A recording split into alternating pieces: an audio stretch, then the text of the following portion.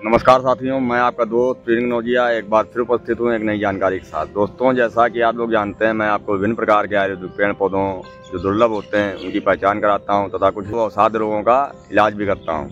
तो दोस्तों, आज मैं आपके लिए लेकर आया हूँ एक ऐसा पौधा जो कि हमारे पीलिया रोग हो गया, आँखों के रोग है, सिर दर्द हो गया, इनमें बहुत ही अच्छा तरीके से काम करता है। इसका मुख्य कार्य दोस्तों सिरोविरेचन यानी सिर में जो भी व्याधियां हैं उनको नाक के माध्यम से, पानी के माध्यम से निकाल देता है। तो दोस्तों, इस पौधे का नाम है, या एक लता है, इसका नाम है दोस्तों देवदाली। इसको संस्कृत में कहते हैं, हिंदी में बंदाल कहते हैं, सुनैया भी कहा जाता है और इसका लैटिन नाम लूफा इचिटाना है दोस्तों।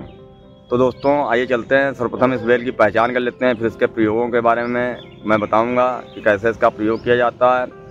तो दोस्तों, अगर आपको हमारी वीडियो अच्छी लगती है तो वीडियो को लाइक कर देना, शेयर कर देना, और इसको आपके क्षेत्र में इस पौधे को किस नाम से जानते हैं उसको कमेंट बॉक्स में लिखकर, या उसका कोई प्रयोग जानते हैं तो ज़रूर बताइए। आइए सर्वप्रथम इस पौधे की पहचान कर लेते हैं। तो या दोस्तों, आप जो ज़मीन पर या फैली फैली लता देख रहे हैं, इसमें कई सारे सफ़ेद सफ़ेद फूल आए हुए हैं, यही दोस्तों देवदाली की बेल है। इस तरीके की बेल जो है ज़मीन पर फैली हुई रहती है या झाड़ों पर चढ़ी हुई रहती है। इसमें बहुत सुंदर सुंदर सफ़ेद रंग के पुष्प आते हैं और पीला पुंकेसर होता है दोस्तों। इस तरीके देखिए इसके पुष्प आते हैं, मधुमक्खी भी इसका रसपान कर रही दोस्तों।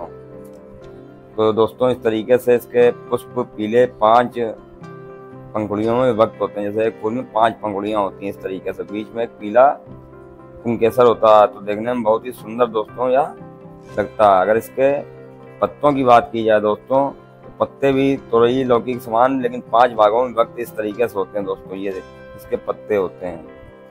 इसका फल दोस्तों इस तरीके से ऊपर कटीली नुमा संरचना होती है, इसलिए कंटकुला या खर स्पर्शा भी कहते हैं दोस्तों। इसी का उपयोग आयुर्वेदिक कार्यों में अधिकतर किया जाता है, क्योंकि हमें हर जगह पंसारी के यहाँ बंडाल, डोंडा इत्यादि नामों से, देवदाली इत्यादि नामों से अगर मांगेंगे तो यह हमें पंसारी की दुकानों पर भी उपलब्ध हो जाता है।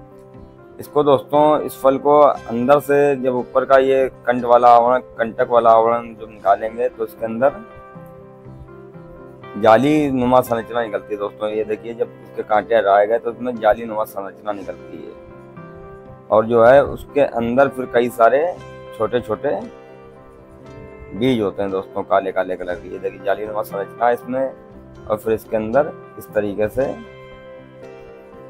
बीज निकलते हैं। ये देखिए दोस्तों, ये काले काले भी कई सारे बीज निकलते हैं।